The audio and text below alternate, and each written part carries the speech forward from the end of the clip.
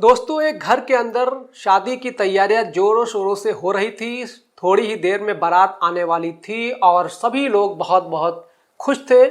कुछ ही देर में बारात झूमते नाचते लड़की के दरवाजे पर आ जाती है, लेकिन जैसे ही बारात वहां पर आकर पहुंचती है तो उसी दौरान जो लड़की होती है उस लड़के से शादी करने से साफ साफ इनकार कर देती है। इस बात को सुनकर लड़की का जो पिता होता है वो भी पूरी तरीके से हैरान हो जाता है और यहाँ पर जो लड़का है, जो लड़के के पिता हैं और जो सारे बाराती हैं, वो सभी लोग इस बात को सुनकर पूरी तरीके से हैरान हो जाते हैं, क्योंकि कोई भी ऐसी बात नहीं थी जिस वजह से ये लड़की शादी से मना कर सकती थी। जब लड़की का पिता अपनी लड़की से पूछता है कि बेटी क्या हुआ, तो वो उन्हें एक ऐसी बात बताती है जिसे सुनने के बाद सभी लोगों के पैरों तले से जमीन खिसक जाती है। क्या बात थी वो और किस वजह से इस लड़की ने शादी से मना कर दिया था, इस पूरी कहानी की सच्चाई को जानने के लिए वीडियो को अंत तक जरूर देखें। नमस्कार, आदाब, सत श्री अकाल, राम राम जी। मैं दिलीप यादव। दोस्तों, ये सच्ची कहानी है मध्य प्रदेश के एक छोटे से गांव की। उस गांव के अंदर एक संगीता नाम की लड़की रहा करती है। संगीता, जिसके माता पिता बहुत ज़्यादा गरीब हैं, पिता मेहनत मजदूरी क्या करते हैं और जो उनकी माँ होती हैं वो दूसरों के घरों में काम किया करती हैं। उनके पास बिल्कुल भी कोई भी पुश्तैनी ज़मीन नहीं है, लेकिन जो संगीता है वो उसे पढ़ लिख कर एक बड़ा अधिकारी बनाना चाहते हैं। संगीता उनकी इकलौती संतान है। संगीता के पिता का सपना है कि बेटी को पढ़ा लिखा कर एक बड़ा अधिकारी बनाया जाए, ताकि वो हमें भी अपने साथ रख सके और कोई भी आपत्ति का सामना हमें ना करना पड़ सके। इसी तरीके से जो माता पिता होते हैं वो मेहनत मजदूरी करके बेटी को पढ़ा लिखा रहे थे और बेटी भी पढ़ने लिखने में काफ़ी ज़्यादा होशियार थी। और जैसे ही संगीता 12वीं क्लास में होती है तो 12वीं क्लास का जब उसका रिजल्ट आता है तो वो पूरे ज़िले में, पूरे डिस्ट्रिक्ट को टॉप कर देती है। और ये बात चारों तरफ फैल गई थी।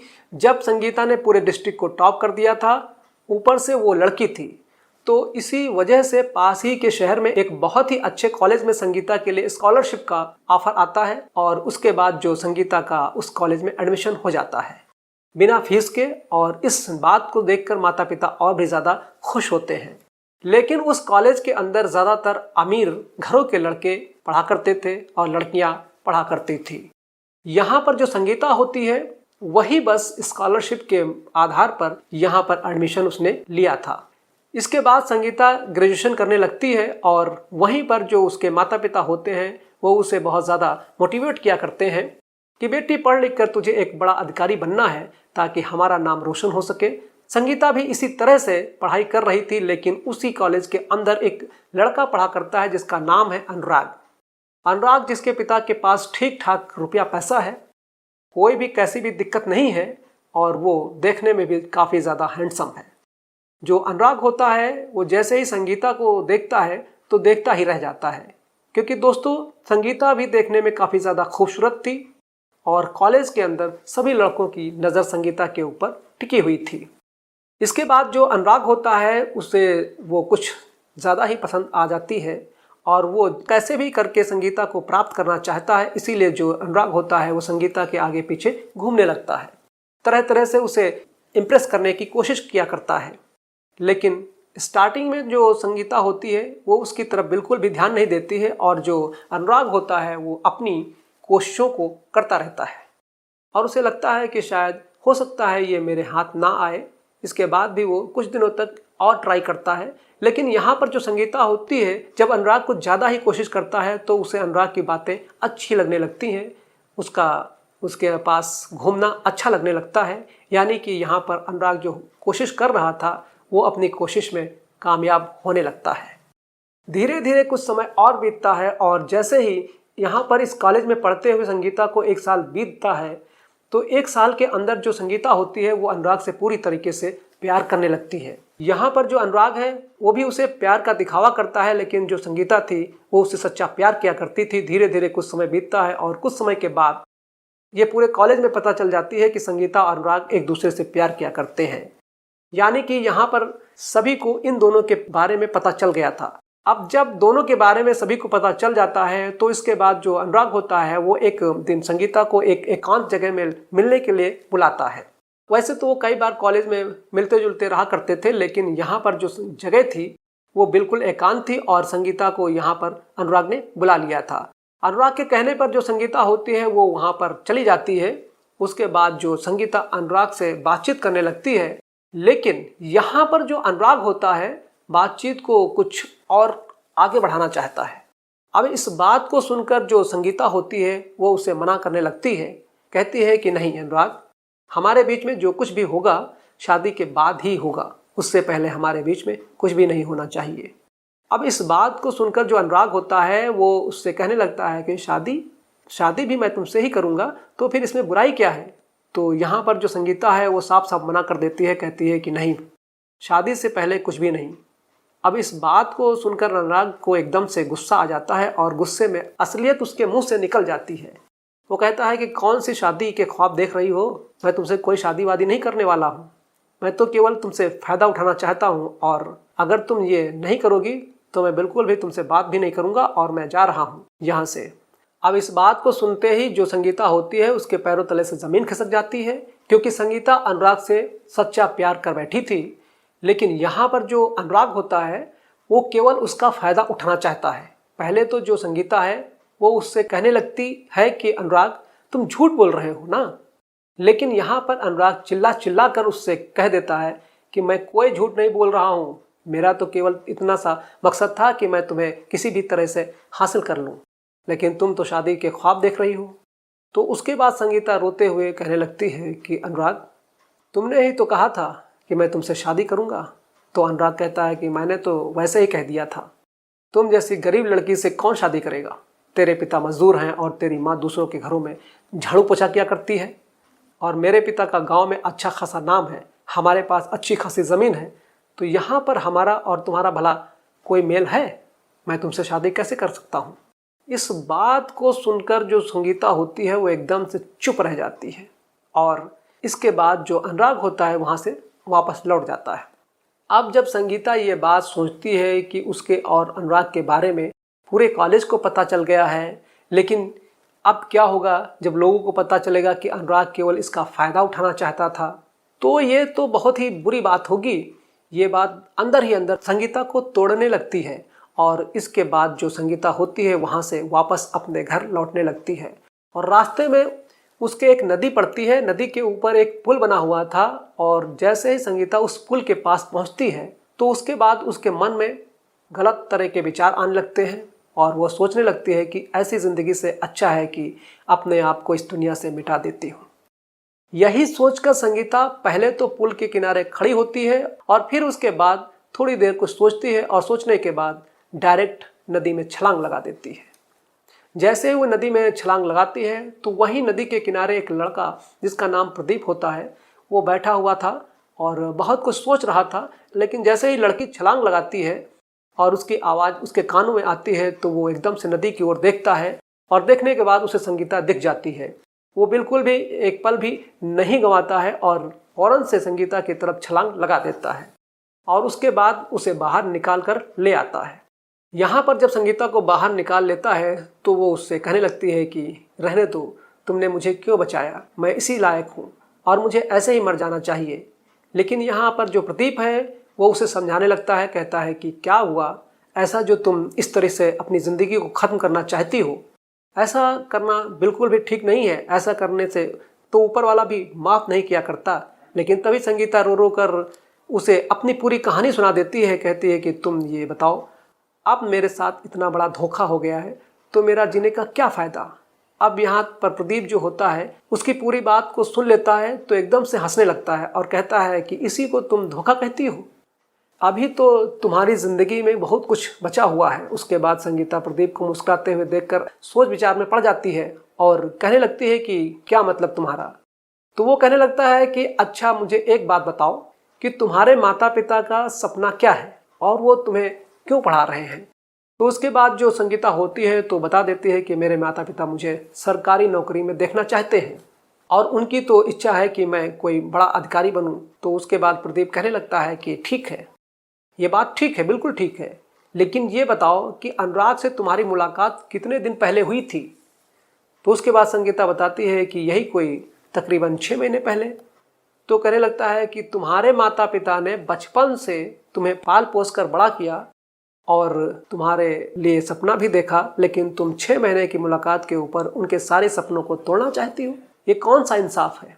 इस बात को सुनकर संगीता भी सोचने लगती है और तभी यहाँ पर जो प्रदीप होता है संगीता को अपने बारे में बताने लगता है। कहने लगता है कि देखो, मुझे ही देख लो, मैंने पढ़ाई लिखाई भी की, अच्छी खासी पढ़ाई लिखाई की, लेकिन पढ़ाई लिखाई करने के बाद मैं अपना काम क्या करता हूँ। हालांकि ना तो मेरे माता पिता हैं ना ही कोई भी।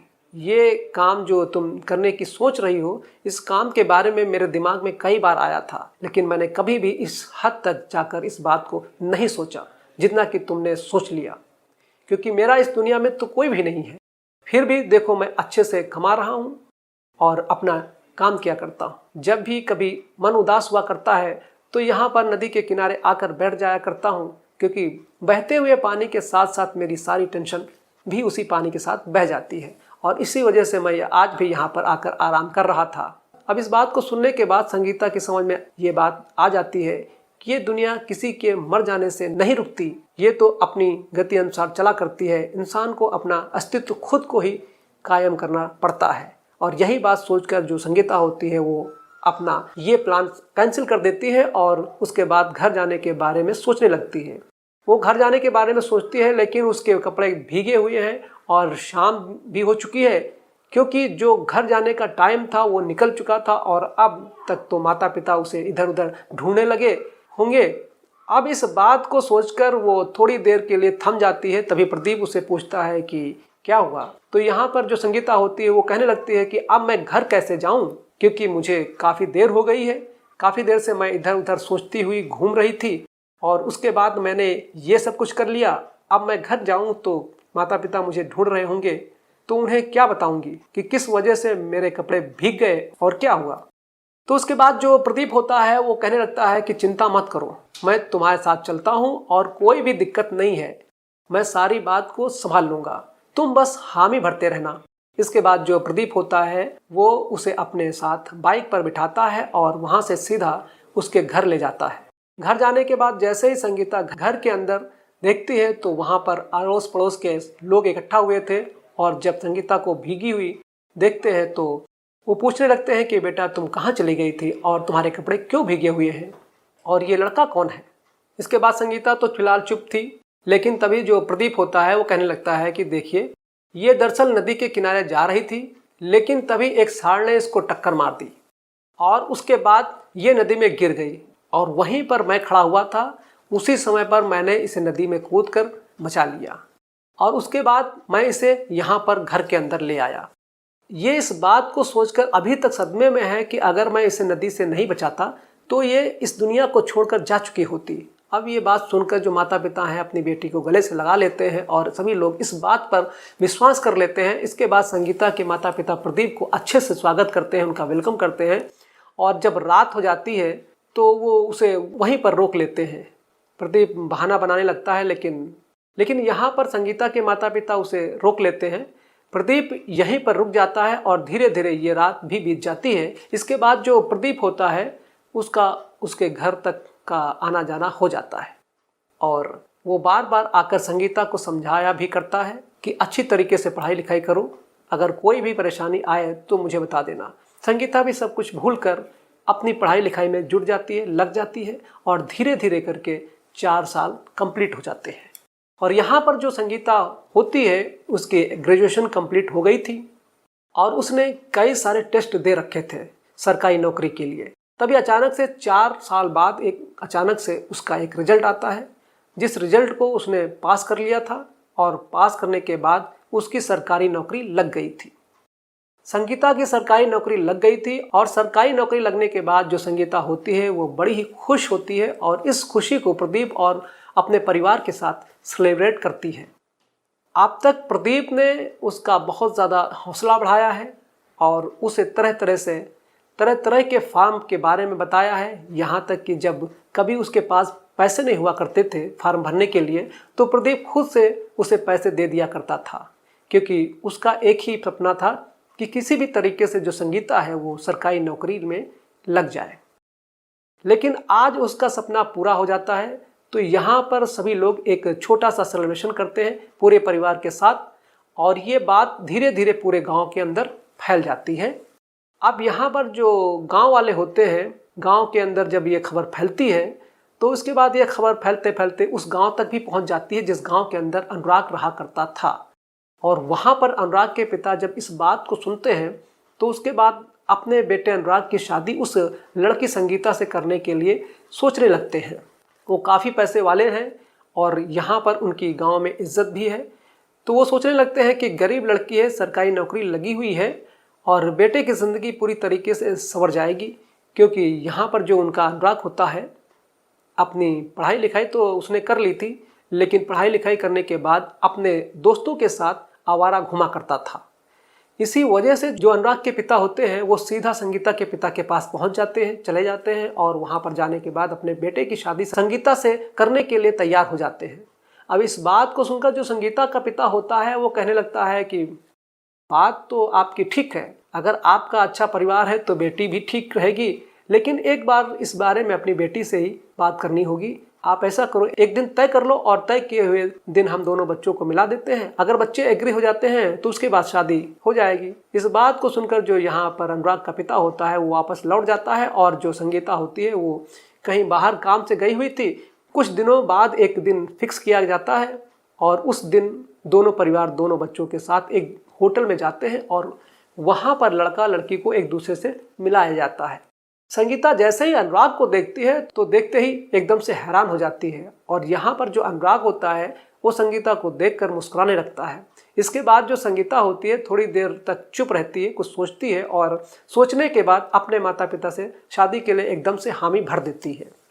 संगीता अच्छा खासा पैसा कमाया करती है तो वो अपने पैसे से अपनी शादी को करना चाहती है और धीरे धीरे इन दोनों की शादी का मुहूर्त भी नज़दीक आ जाता है। घर के अंदर शादी की तैयारियां जोर शोर से होने लगती हैं और ये बात प्रदीप को पता चलती है तो प्रदीप संगीता के घर आकर शादी की तैयारियों में जुट जाता है। क्योंकि संगीता तो ड्यूटी जाया करती है, वो तो शादी के टाइम पर ही छुट्टी लेने वाली थी और धीरे धीरे जिस दिन शादी होने वाली थी उस दिन सभी लोग बड़े ही खुश थे और जो अनुराग के परिवार वाले होते हैं वो अनुराग के साथ बारात लेकर संगीता के घर पर आ जाते हैं। बारात आने से पहले घर के अंदर पूरा खुशियों का माहौल था, लेकिन जैसे ही बारात आकर विवाह का कार्यक्रम आगे की तरफ बढ़ता है तो उसी दौरान जो संगीता होती है वो झट से शादी से इनकार कर देती है। अब इस बात को सुनकर संगीता के पिता, अनुराग के पिता और साथ में शादी में जितने भी मेहमान आए हुए थे वो सभी लोग पूरी तरीके से हैरान हो जाते हैं, दंग रह जाते हैं। क्योंकि यहाँ पर संगीता के पिता ने पहले संगीता की मर्जी जानी थी, लेकिन उसके बावजूद भी जो संगीता है वो शादी से मना क्यों कर रही है। उसके बाद पिता उसके पूछते हैं, बेटी क्या बात हो गई है? तो कहती है कि पिताजी इनकी बारात को वापस चले जाने दो और उसके बाद मैं आपको बता दूंगी। अनुराग के पिता काफ़ी पूछते हैं, कोशिश करते हैं कि कैसे भी करके ये शादी हो जाए, लेकिन जब संगीता मना कर दी थी तो उसके बाद ये शादी हो नहीं पाती है और अनुराग के पिता अपनी बारात को लेकर वापस चले जाते हैं।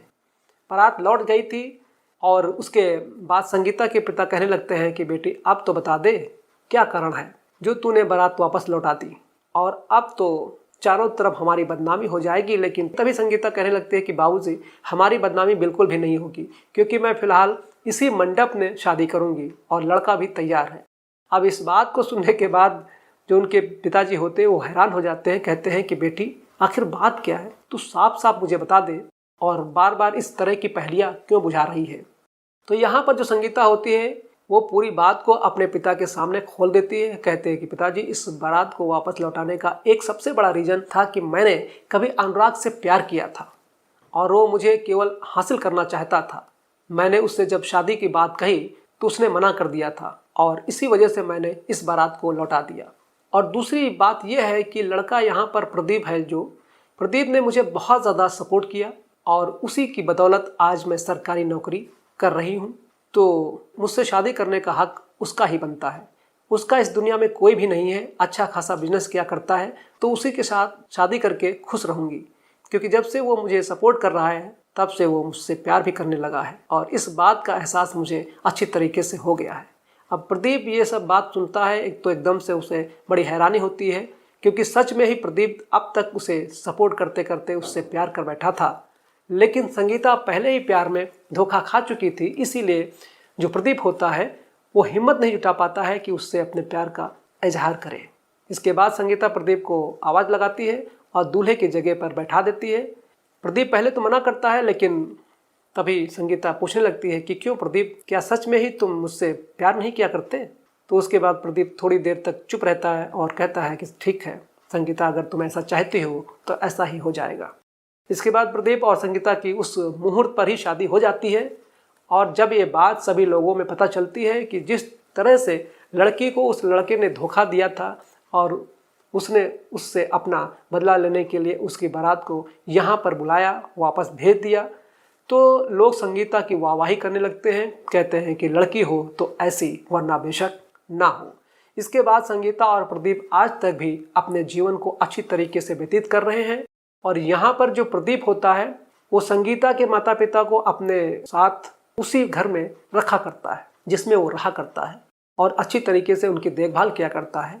फिलहाल के समय में संगीता और प्रदीप के 2 बच्चे भी हो गए हैं और वो लोग खुशी के साथ अपना जीवन व्यतीत कर रहे हैं। चारों तरफ गांव में संगीता का नाम हो जाता है और ये बात धीरे धीरे अनुराग और उसके पिता को भी पता चल जाती है। जब अनुराग के पिता को ये बात पता चलती है कि उनके बेटे ने संगीता के साथ धोखा किया था, तो उसके बाद वो अपने बेटे को धमकाने लगते हैं और कहने लगते हैं कि तूने ये क्या कर दिया और तेरी वजह से आज पूरे गांव में हमारी थू-थू हो गई। गांव के लोगों को ये बात पता चल जाती है और इसी वजह से अनुराग की आज तक भी कोई रिश्ते वाले नहीं आते हैं।